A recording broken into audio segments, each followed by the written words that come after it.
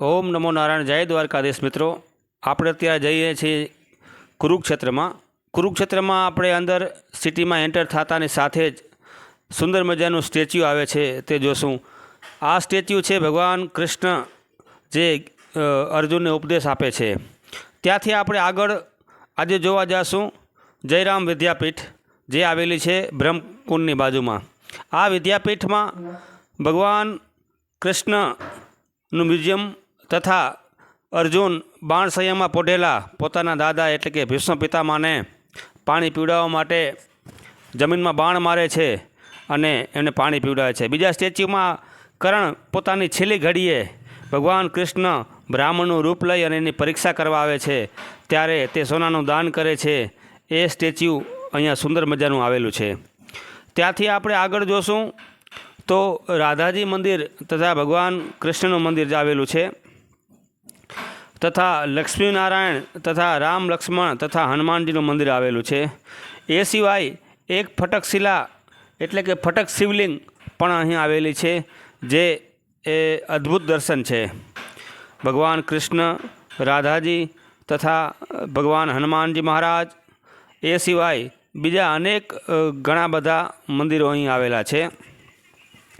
આ સિવાય આ મ્યુઝિયમમાં આખા મહાભારતનું વર્ણન કરવામાં આવ્યું છે કે જેમાં અર્જુન મત્સ્યવેદ કરે છે અને 5 મત્સ્યવેદ કરી અને માછલીની આંખ વીંધે છે એ આખા મ્યુઝિયમમાં દેખાડવામાં આવ્યું છે.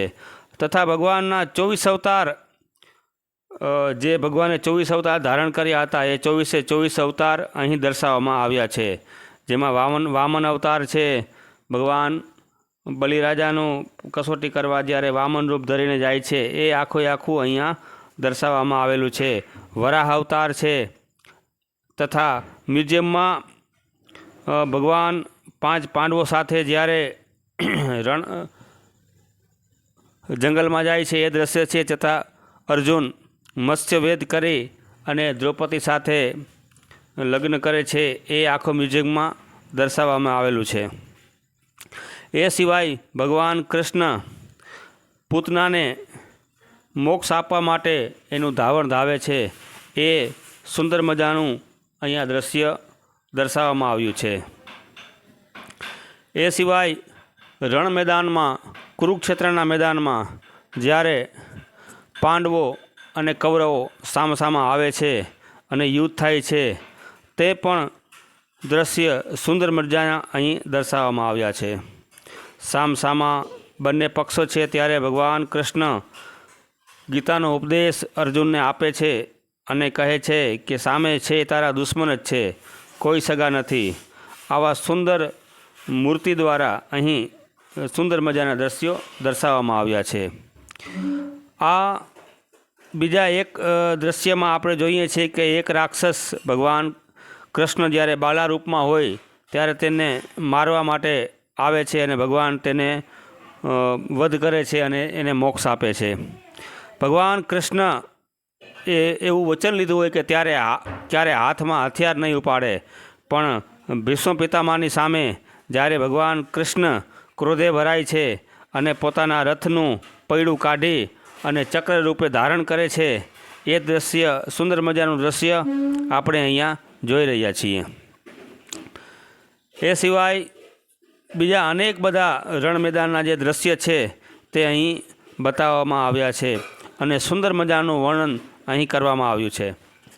ભગવાનના 24 અવતાર એ સિવાય બીજા અનેક પુતળા અને મૂર્તિ દ્વારા અહીં સુંદર મજાનું વર્ણન આ જયરામ વિદ્યાપીઠમાં કરવામાં આવ્યું છે. બીજું આ જયરામ વિદ્યાપીઠમાં સંસ્કૃતનું જ્ઞાન ઘણે મોટે પાયે આપવામાં આવ્યું છે. અહીં સંસ્કૃતની મોટી વિદ્યાલય હોય અને ઘણા બધા વિદ્યાર્થીઓ અહીં ભણવા આવે છે અને એમને રહેવાની તથા જમવાની સગવડ અહીં ટ્રસ્ટ દ્વારા પૂરી પાડવામાં આવે છે. આ જયરામ વિદ્યાપીઠ બરાબર બ્રહ્મ સરોવરની સામે જ આવેલું છે. બ્રહ્મ સરોવર આપણે આના પછી આપણે બ્રહ્મ સરોવર જોવા જઈશું. આ દ્રશ્યમાં આપણે જોઈએ છીએ કે દ્રૌપદીના ચીર જ્યારે દુશાસન હરે છે ત્યારે ભગવાન કૃષ્ણ એના ચીર પૂરે છે અને દ્રૌપદીની લાજ રાખે છે. આવા બીજા અનેક ઘણા બધા સુંદર દ્રશ્યો અહીં દર્શાવવામાં આવ્યા છે। એ સિવાય ભોંયરાની અંદર માતાજી વૈષ્ણોદેવીનું પણ મંદિર આવેલું છે। આ બધા વિદ્યાર્થી છે જે અહીં ભણવા માટે આવે છે। આ સામે બ્રહ્મ સરોવરની સામે આ સુંદર મજાની બધી દુકાનો આવેલી છે કે જ્યાં રમકડા તથા પૂજાપાનો સામાન અહીં મળે છે। તો આ વિડીયો આપણને કેવો લાગ્યો ચોક્કસથી જણાવજો અને અમારી ચેનલને સબસ્ક્રાઈબ કરજો જેથી આવા વિડીયો તમને મળતા રહે। જય માતાજી।